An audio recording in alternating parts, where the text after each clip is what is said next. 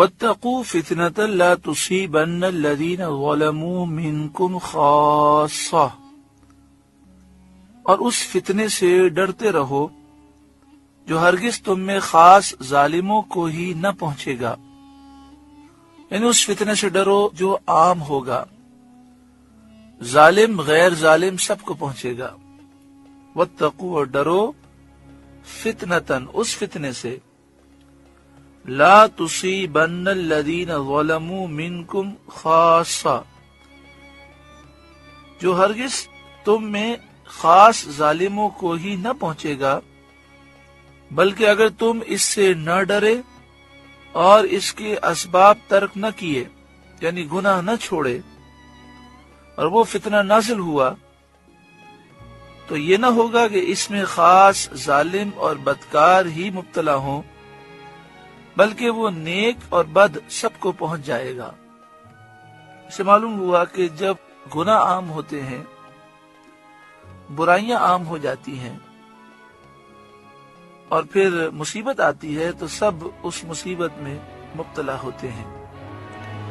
حضرت عبداللہ بن عباس رضی اللہ تعالی عنہما نے فرمایا کہ اللہ تعالیٰ نے مومنین کو حکم فرمایا کہ وہ اپنے درمیان ممنوعات نہ ہونے دیں، یعنی گناہوں کے زور کو کم کرنے کی کوشش کریں، لوگوں کو گناہوں سے روکیں، یعنی اپنی طاقت کے مطابق برائیوں کو روکیں اور گناہ کرنے والوں کو گناہ سے منع کریں۔ اگر انہوں نے ایسا نہ کیا تو عذاب ان سب کو عام ہوگا، خطا کار غیر خطا کار سب کو پہنچے گا۔ تو ہر مسلمان پر لازم ہے کہ اگر ہاتھ سے روکنے کی طاقت ہے تو ہاتھ سے روکے، زبان سے روکنے کی طاقت ہے، ہاتھ سے روکنے کی طاقت نہیں تو زبان سے روکے، اور اگر کچھ بھی نہیں تو دل میں برا جانے اور ان سے دور ہو جائے، ان سے قطع تعلق ہی کر لیں۔ حدیث شریف میں ہے، سید عالم صلی اللہ علیہ وآلہ وسلم نے فرمایا، اللہ تعالی مخصوص لوگوں کے عمل پر عذاب عام نہیں کرتا جب تک کہ عام طور پر لوگ ایسا نہ کریں کہ ممنوعات کو، گناہوں کو اپنے درمیان ہوتا دیکھتے رہیں اور اس کے روکنے اور منع کرنے پر قادر ہوں، اس کے باوجود نہ روکیں نہ منع کریں۔ جب ایسا ہوتا ہے تو اللہ تعالیٰ عذاب میں عام اور خاص سب کو مبتلا کرتا ہے۔ ابو داؤد کی حدیث میں ہے کہ جو شخص کسی قوم میں سرگرم معاصی ہو، یعنی گناہ کر رہا ہو، اور وہ لوگ باوجود قدرت کے اس کو نہ روکیں تو اللہ تعالیٰ مرنے سے پہلے انہیں عذاب میں مبتلا کرتا ہے۔ اس سے معلوم ہوا کہ جو قوم نہی عن المنکر ترک کرتی ہے، گناہ سے روکنا چھوڑ دیتی ہے،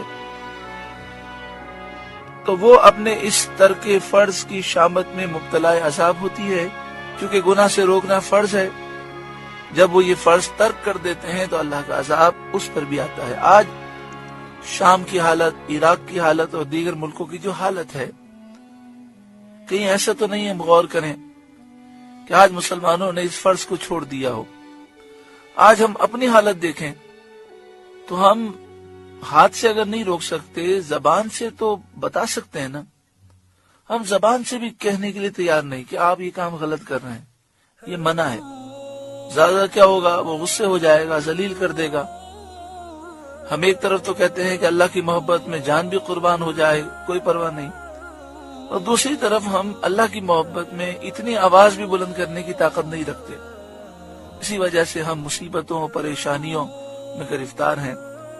اللہ تعالی ہم سب کو عقل سلیم عطا فرمائے اور اپنی طاقت کے مطابق ہمیں برائیوں کو روکنے کی کوشش کرنے کی توفیق عطا فرمائے۔ ایک تحریک اور ایک مہم چلانی چاہیے کہ مسلمانوں سے بے حیائی، فحاشی اور عریانی کا خاتمہ ہو۔ مسلمانوں میں شراب بڑی تیزی سے عام ہو رہی ہے، زنا بڑی تیزی سے عام ہو رہا ہے، اور دیگر برائیاں بڑی تیزی سے عام ہو رہی ہیں۔ ہمیں ان کے خلاف جرأت و بہادری کے ساتھ مہم چلانی چاہیے۔ وَاعْلَمُوا أَنَّ اللَّهَ شَدِيدُ الْعِقَابِ، اور جان لو کہ اللہ کا عذاب سخت ہے۔ وَاذْكُرُوا، اے مومنو تم یاد کرو۔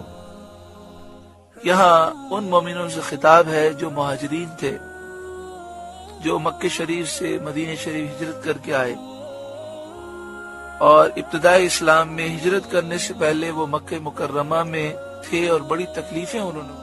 وَاذْكُرُوا، اور یاد کرو، اذ انتم قلیل مستضعفون فی الارض، جب تم ملک میں تھوڑے تھے، کمزور تھے، دبے ہوئے تھے، قریش تم پر غالب تھے، تخافون، تم ڈرتے تھے، ان یتخطفکم الناس، کہ کہیں لوگ تمہیں اچک نہ لے جائیں۔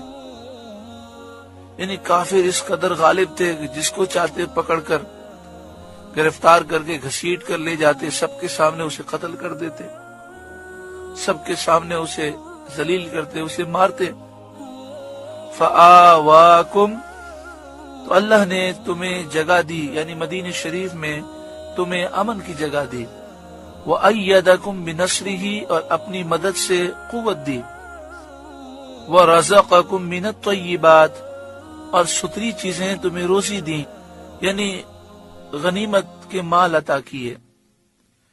غزوہ بدر، غزوہ احد، غزوہ حنین، غزوہ خندق، بہت سے غزوات ہوئے، اور بہت سے غزوات کے بعد مال غنیمت بھی مسلمانوں کے ہاتھ آیا۔ پچھلی امتوں کے لیے مال غنیمت حلال نہیں تھا، انہیں حکم تھا کہ وہ جلا کر اسے راکھ کر دیں۔ تو اللہ تعالیٰ نے تمہارے لیے مال غنیمت کو حلال کیا۔ صدر الافاضل مولانا نعیم الدین مراد آبادی علیہ رحمہ تفسیر خزانہ العرفان میں لکھتے ہیں، یعنی اموال غنیمت جو تم سے پہلے کسی امت کے لیے حلال نہیں کیے گئے تھے، لعلکم تشکرون، کہ کہیں تم احسان مانو۔ یا ایھا الذین آمنوا لا تخونوا اللہ والرسول، اے ایمان والوں اللہ اور رسول سے دغا نہ کرو۔ وَتَخُونُوا أَمَانَاتِكُمْ وَأَنْتُمْ تَعْلَمُونَ، اور نہ اپنی امانتوں میں جان بوجھ کر خیانت کرو۔ فرائض کو چھوڑ دینا اللہ تعالیٰ سے خیانت کرنا ہے، اور سنت کا ترک کرنا رسول اللہ صلی اللہ علیہ وآلہ وسلم سے خیانت کرنا ہے۔ یہ بات تفسیر خزانہ العرفان میں اعلیٰ حضرت امام اہل سنت کے خلیفہ صدر الافاضل علیہ رحمہ لکھتے ہیں، فرائض کا چھوڑ دینا اللہ تعالیٰ سے خیانت ہے، اور سنت کا ترک کرنا رسول صلی اللہ علیہ وسلم سے۔ شان نزول یہ آیت ابو لبابہ ہارون بن عبد المنذر انصاری کے حق میں نازل ہوئی۔ واقعی یہ تھا کہ رسول کریم صلی اللہ علیہ وآلہ وسلم نے بنی قریظہ کے یہودیوں کا 2 ہفتے سے زیادہ عرصے تک محاصرہ فرمایا۔ وہ اس محاصرے سے تنگ آ گئے اور ان کے دل خائف ہو گئے، تو ان سے ان کے سردار کعب بن اسد نے یہ کہا کہ اب 3 شکلیں ہیں، یا تو سید عالم صلی اللہ علیہ وسلم کی تصدیق کرو اور ان کی بیعت کر لو، کیونکہ اللہ کی قسم وہ نبی مرسل ہیں، یہ ظاہر ہو چکا، اور یہ وہی رسول ہیں جن کا ذکر تمہاری کتاب میں ہے، ان پر ایمان لے آؤ، تو جان، مال، اہل، اولاد سب محفوظ رہیں گے۔ مگر اس بات کو قوم نے نہ مانا، بنی قریظہ کے یہودی اس پر راضی نہ ہوئے۔ تو کعب بن اسد جو ان کا سردار تھا، اس نے کہا دوسری شکل میں پیش کرتا ہوں، تم اگر اسے نہیں مانتے تو آؤ پہلے ہم اپنے بیوی بچوں کو قتل کر دیں، پھر تلواریں کھینچ کر محمد صلی اللہ علیہ وآلہ وسلم اور ان کے اصحاب کے مقابل آ جائیں۔ اگر ہم اس مقابلے میں ہلاک بھی ہو جائیں تو ہمارے ساتھ اپنے اہل اور اولاد کا غم تو نہ رہے گا۔ اس پہ قوم نے کہا کہ بیوی بچوں کے مرنے کے بعد جینا ہی کس کام کا، تو کعب نے کہا کہ یہ بھی منظور نہیں ہے تو سید عالم صلی اللہ علیہ وآلہ وسلم سے صلح کی درخواست کرو، شاید اس میں کوئی بہتری کی صورت نکلے۔ تو انہوں نے حضور صلی اللہ علیہ وآلہ وسلم سے صلح کی درخواست کی، لیکن حضور صلی اللہ علیہ وآلہ وسلم نے منظور نہ فرمایا، سوائے اس کے کہ اپنے حق میں حضرت سعد بن معاذ کے فیصلے کو منظور کریں۔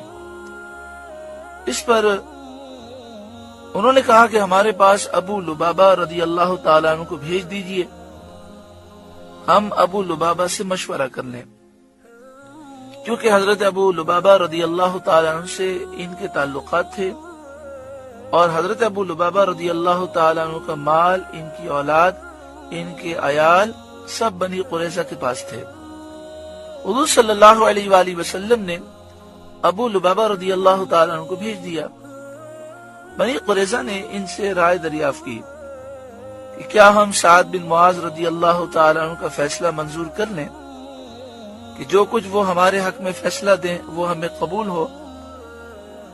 ابو لبابہ رضی اللہ تعالیٰ عنہ نے اپنی گردن پر ہاتھ پھیر کر اشارہ کیا کہ یہ تو گلے کٹوانے کی بات ہے۔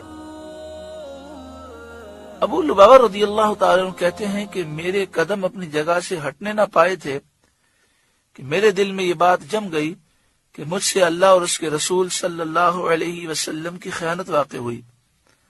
یہ سوچ کر وہ حضور صلی اللہ علیہ وسلم کی خدمت میں تو نہ آئے، سیدھے مسجد شریف پہنچے اور مسجد نبی شریف کے ایک ستون سے اپنے آپ کو بندھوا لیا، اور اللہ کی قسم کھائی کہ نہ کچھ کھائیں گے نہ پیئیں گے یہاں تک کہ مر جائیں، یا اللہ تعالیٰ ان کی توبہ قبول کرے۔ وقتاً فوقتاً ان کی زوجہ آ کر انہیں نمازوں کے لیے اور انسانی حاجتوں کے لیے کھول دیا کرتی تھیں، پھر باندھ دیے جاتے تھے۔ حضور صلی اللہ علیہ وآلہ وسلم کو جب یہ خبر پہنچی تو فرمایا ابو لبابہ میرے پاس آتے تو میں ان کے لیے مغفرت کی دعا کرتا، لیکن جب انہوں نے یہ کیا ہے تو میں انہیں نہ کھولوں گا جب تک اللہ ان کی توبہ قبول نہ کرے۔ وہ 7 دن بندے رہے، نہ کچھ کھایا نہ پیا، یہاں تک کہ بے ہوش ہو کر گر گئے۔ پھر اللہ تعالیٰ نے ان کی توبہ قبول کی۔ صحابہ علیہم رضوان نے انہیں توبہ قبول ہونے کی بشارت دی تو انہوں نے کہا میں اللہ کی قسم نہ کھلوں گا جب تک رسول کریم صلی اللہ علیہ وآلہ وسلم مجھے خود نہ کھولیں۔ پھر آقا صلی اللہ علیہ وآلہ وسلم نے انہیں اپنے دستے مبارک سے کھول دیا۔ ابو لبابہ رضی اللہ تعالی عنہ نے کہا میری توبہ اس وقت پوری ہوگی جب میں اپنی قوم کی بستی چھوڑ دوں، جس علاقے میں مجھ سے یہ خطا سرزد ہوئی میں یہ علاقہ چھوڑ دوں، اور میری توبہ اس وقت پوری ہوگی جب میں اپنا پورا مال اللہ کی راہ میں دے دوں، اپنے ملک سے نکال دوں۔ سید عالم صلی اللہ علیہ وآلہ وسلم نے فرمایا 1/3 مال کا صدقہ کرنا کافی ہے۔ ان کے حق میں یہ آیت کریمہ نازل ہوئی،